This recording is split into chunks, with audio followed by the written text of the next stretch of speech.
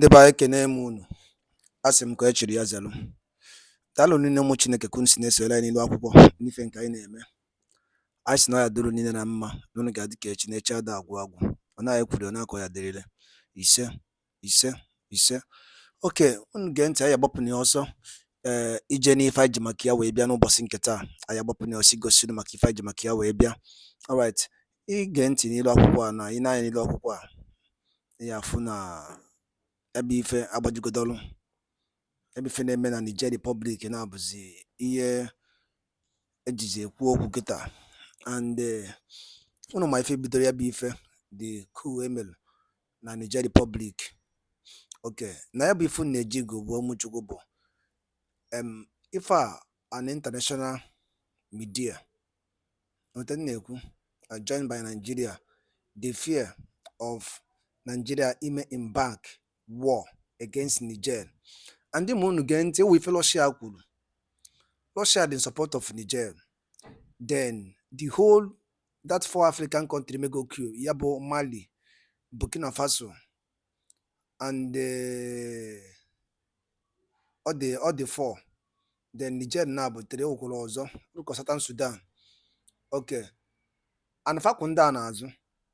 So if you I get before I get here, unagwai get the fate of Biafrans. Nobuna Nigerian government are embark in war against Niger Republic.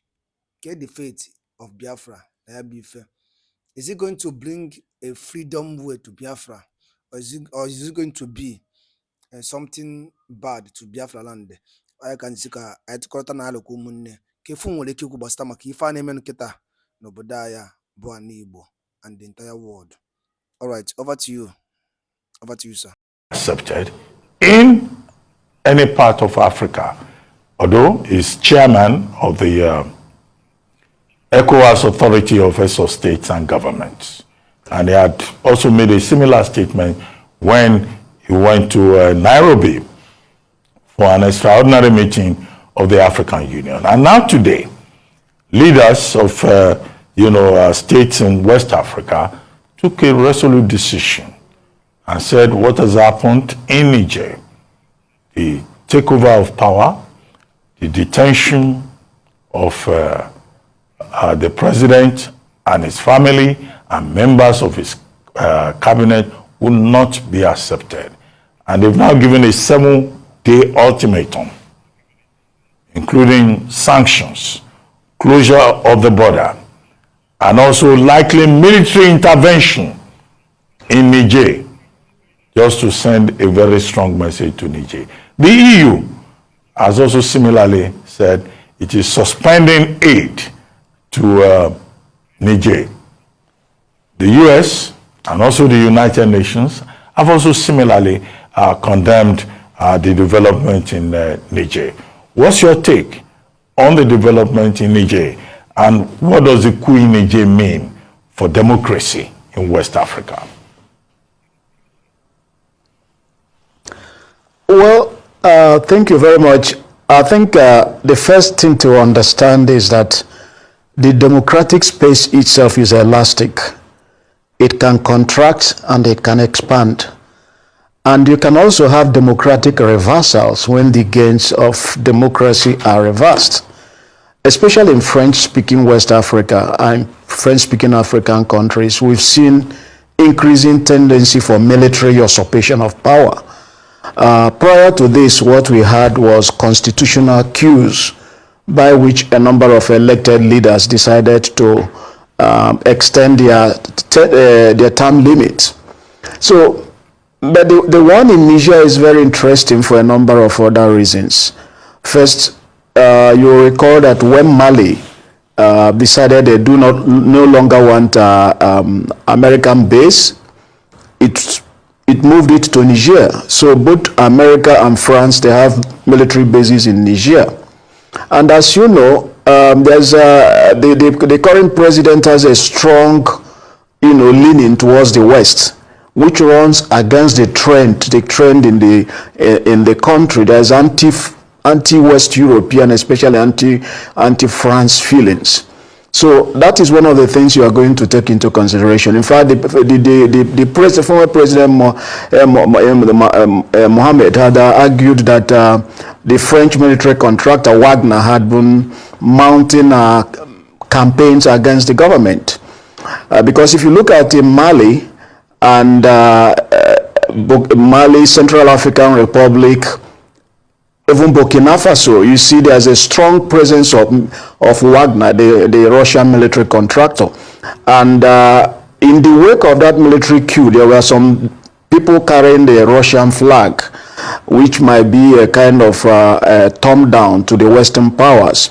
So it's let's see what really ECOWAS can do, because don't forget that there had been coups in Guinea and in Mali, and ECOWAS have been engaging on shuttle diplomacy without being able to restore constitutional order. Is it likely to do so in Niger now? You can say that the West European countries have strong interests in making sure that it is reversed, because the president has strong leaning towards them. But so also is Wagner, so is also is Russia, even though it did not openly support the coup, interested in making sure that the bases do not stand, and that the coup is an opportunity for the country to extend its influence in the Sahel. So we see how it goes. One of the things we should point out is that it's increasingly more difficult for West African leaders to do as they previously did with ECOMOG, or as they did in Côte d'Ivoire in 2010, where they forced Gbagbo to leave office, or in 2016, where they forced Adama Barrow in the Gambia to leave after Yahya Jammeh refused to leave, because most of them now are engaged in one form of coup or the other. Our friend Jibo Ibrahim wrote a piece recently in the Premium Times, in which he argued that electoral malpractices is itself a form of military coup. So with so many of the leaders themselves either illegally extending their tenures, they seem to lack the moral unction to push hard for a reversal of unconstitutional change of power in the subcontinent. Okay, I'll come to the point you raised about Wagner and the countries in Africa, because that's also something that is related to our next line of conversation, the Russia-Africa Summit. But let me ask you, is coup a solution to insecurity and bad governance? Because what these coup plotters, whether in Guinea-Conakry or Mali, or Chad or Niger they talk about insecurity, they talk about bad governance. Now, what alternative can they possibly offer? I think the military coup also itself is a demonstration of frustration with our democracy. But you posed a legitimate question: what can be the alternative? Many of the young people that did not grow up or were not matured during the period of the period of apogee of military rule in Africa, for example, will not understand what it means. So while some will see any change of government from the crisis of governance that they felt democracy has failed to resolve, while some of them will opt for military, anything but the existing arrangement, some will opt for that option. Others are going for delinking from the state and moving into some kind of chauvinistic contraptions, where they believe, for example, they will better be able to negotiate meanings. So it's not really that it is a solution, but it's a question of what an alternative. We know, for example, that those of us who are old enough to experience military rule, that we will argue that the worst form of civil rule will always be better than the best of military regimes. But for those who didn't live through that, and you see the sort of crisis in governance, you see the government, you see the corruption everywhere, you see insecurity, some will believe, okay, maybe the military will be in a better position to handle this. But of course, the experiences from Mali and Burkina Faso, where the military overthrew the civilian authorities, partly on grounds that the civilian authorities were not able to deal with the jihadists. We have not seen much difference. So it is just that people are looking for alternatives. And to the extent, for example, they don't rely or they cannot believe that they can use the electoral process effectively to change government. Any other alternatives people are willing to welcome because, they feel powerless at the same time as they don't feel they are getting the dividends of democracy. Okay. The European Union has suspended budget support and security cooperation with Mali. Mali is one of the last zones for the Western world in Africa. Okay? So, if the EU is saying, oh, we will impose sanctions, and then now you have the ECOWAS saying we'll close borders, we're giving you 7-day ultimatum, and there will be intervention. I can understand. The EU gives, Mali over 503 million euros per annum, and they have a plan. So that's concrete. But for ECOWAS saying we will impose sanctions, do you think sanctions still work these days? After all, those sanctions have not worked with regard to the Russo-Ukrainian war. Well, it didn't work, as you rightly pointed out. It hasn't worked so far in Russo-Ukrainian war, at least not as effectively as the Western world thought. It has also not worked in Mali, as you know, because it's almost 2 years that they've been engaging in this shuttle diplomacy to see if they could convince the military authorities to restore constitutional order. So we can say at this stage that more likely, if you go to the UN Security Council, more likely Russia will veto it because it's become the French West African country has become a new battleground, in my own opinion, where you see a receding influence of the West, of France in particular, and an attempt for Russia to project its power onto that space.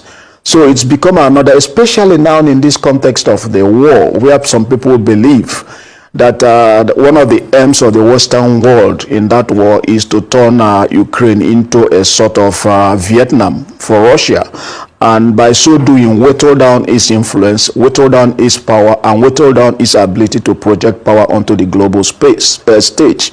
So it's an interesting time. Don't forget, let me mention what happened now in the second US-Africa summit. One of the interesting things that happened there is that Putin has promised to help African countries to, get some kind of compensation for the damages done by colonialism. You can say it's just plain, it's just rhetoric. It's the kind of things that African leaders. I'll come to that. But let's talk still on Niger, which is a neighboring country. President Tinubu is chairman of ECOWAS and all of that. Why is a coup in Niger an issue for us in Nigeria? And why should the fact that there are coups across about 5 West African countries, Niger, Chad, Mali, Burkina Faso, Guinea-Conakry, an issue for us in Nigeria? Yeah. Is it because President Tinubu is chairman of ECOWAS, or there are other things that we need to worry about, particularly the Mali effect, as it is known in international relations? No. In the current, presently, what we call non-interference in the internal affairs of other countries, sovereignty, is not what it used to be. There's also what we call responsibility to protect. In this sense, that's one of the R2P is one of the justifications countries now invoke, to be able to interfere or intervene in countries, because when citizens feel powerless, then it becomes an obligation. The second reason is that what affects one country these days tend to affect all. For example, if we share border with Niger, if the crisis gets out of hand, we will be overwhelmed, by refugees. So at least from the perspective of self-preservation and national self-interest, we have to do, be interested. But let me say that our interest precedes that of Bola Tinubu being the president of the authorities of the heads of states. No, it's always been there. The supplementary protocol on democracy and many other protocols on good governance clearly said that coups are no longer acceptable modes of coming to power. And but what we have seen, it used to be that the coup makers would quickly civilianize themselves, take off their khakis and put on suits or abadas. And then they started to extend the tenures, and recently they more brazenly now come up to overthrow constituted authority. And let me also say that quite often the sentiments on the streets are with the coup makers. That is the irony. For example, if you go to Niger, you'll find out that there's strong anti-Western sentiments. And Bazoum is very, very pro-West, just like Sissoufou, the man that handed over power to him, was very pro-West. And this, contradicts, it's in contrast to the popular sentiments in the streets, which is against France, against the West, and increasingly leaning towards Russia. We don't know whether it's genuinely leaning towards Russia or whether it's just an attempt to thumb down on the Western powers. Okay, very good. It's good that you mentioned Russia, and we can just go quickly to the next topic. Earlier on, you talked about military bases in Africa, military bases showing up particularly also in West Africa.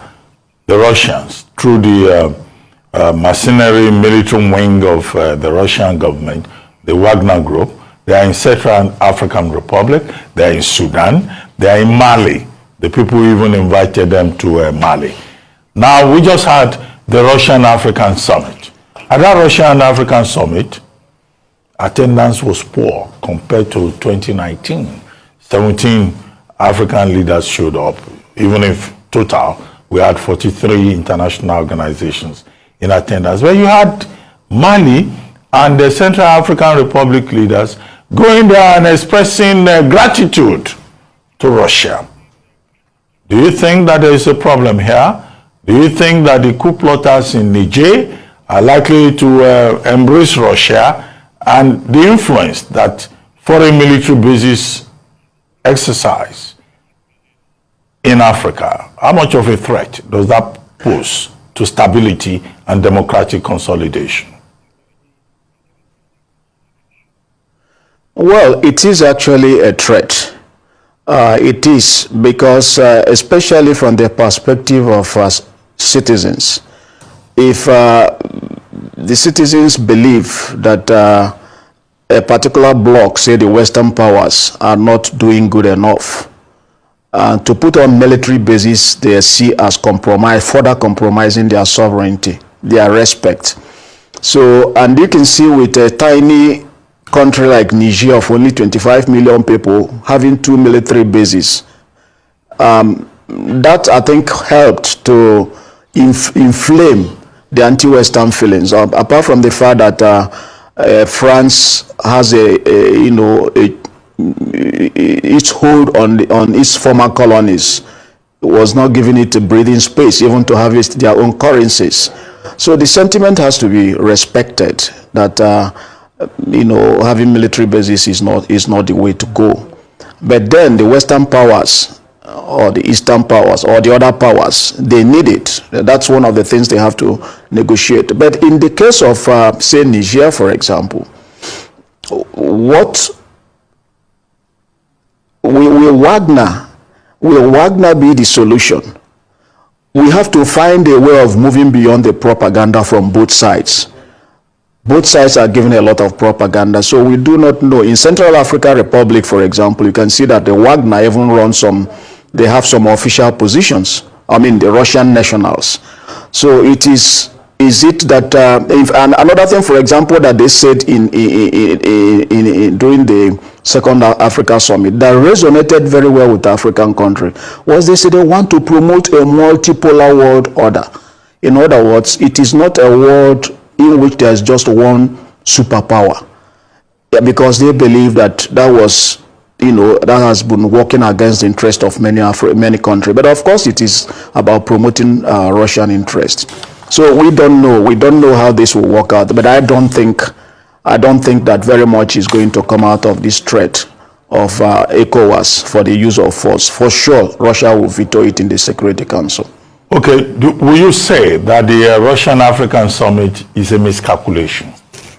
Russia calling for an African summit in St. Petersburg at a time when Russia had pulled out of the Green Deal, Black Sea Grain Initiative. Black Sea Grain Initiative, I'm not sure. Which affects mostly African countries. And then these African countries went there. 43 of them attended in 2019. This time around, the 17 showed up. But Russia is blaming the US and its allies. So do you think that our leaders are beginning to wake up? Okay. I wouldn't put it in such ideological terms. First of all, 17 heads of government came, about 5 vice presidents, and there were 43 delegations. Yes, it was below expectation, but Russia wanted to make a point that despite the war, it was having, things were still going normally. I think part of the reasons that there was probably a relatively low attendance, especially from some African countries, was Biden had taken this hard stance that if you're either for them or you are against them. So it's akin to what happened during the Senate election of the Senate president, where people were showing their hands on who they support, and nobody wanted to, give his neck to the gallow man. So in that sense, because of the way it was now framed, or Biden saw it, that if you turn me up to the West, if you turn me up to Russia, it means you are taking a position against them. So the countries that were able to be strong enough, or bold enough to do that, were countries like South Africa that had a very strong, historical ties. Small countries like the French-speaking countries that were already in the bad books of France. So I don't think we can make much out of it.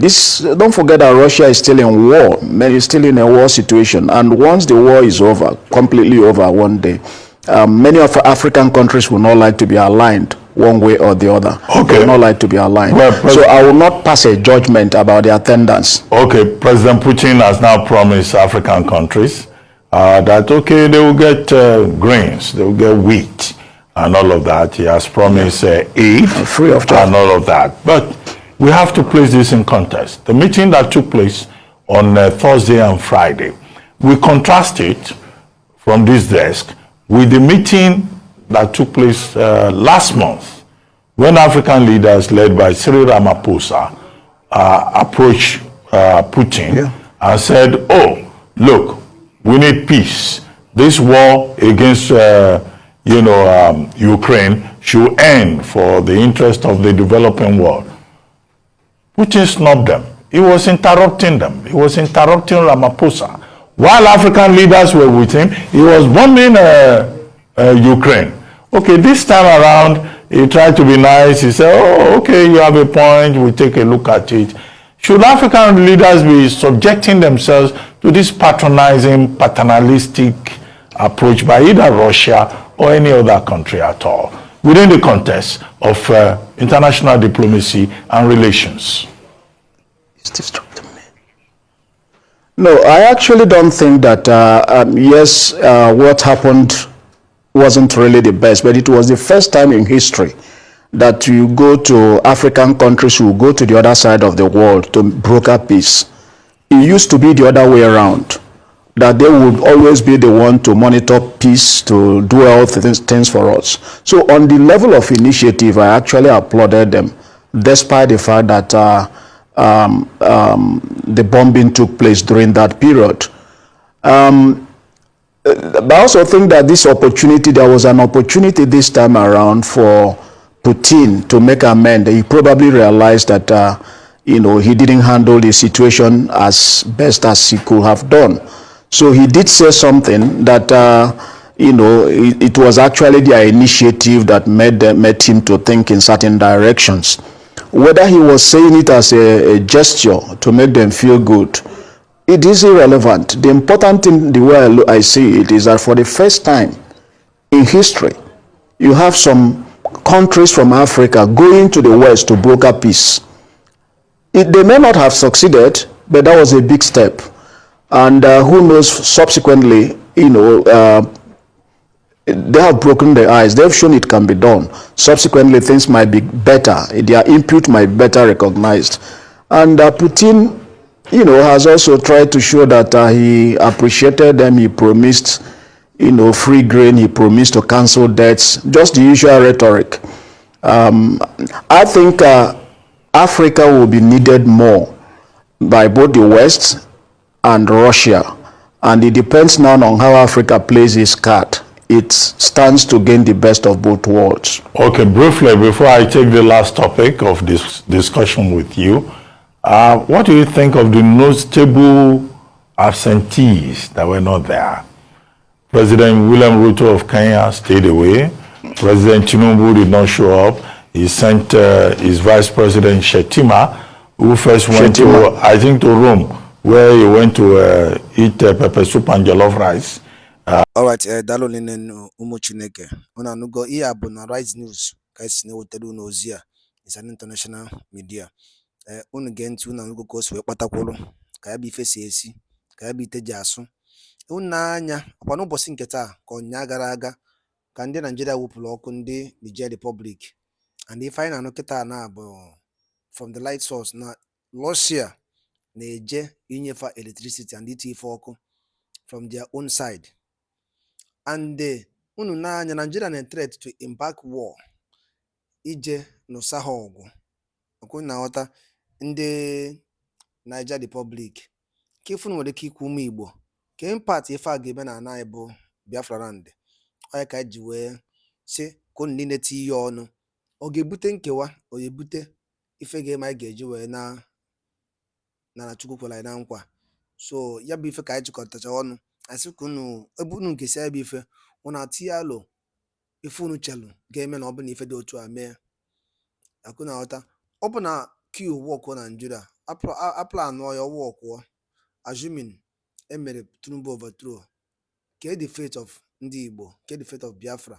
And the same thing ọ bụ na Biafra jekwenu war against Niger Republic and ndị Russia kwụfa n'azụ, ke the fate of Biafrans and ke the fate of ndị Igbo and the entire Southeast. All right, thank you once again as we wait for your own feedback and for your own contribution concerning ihe nke anyị gere kịta. Daalụ na ụmụnne m ụmụ Chineke ụmụ ife ka emesịanụ.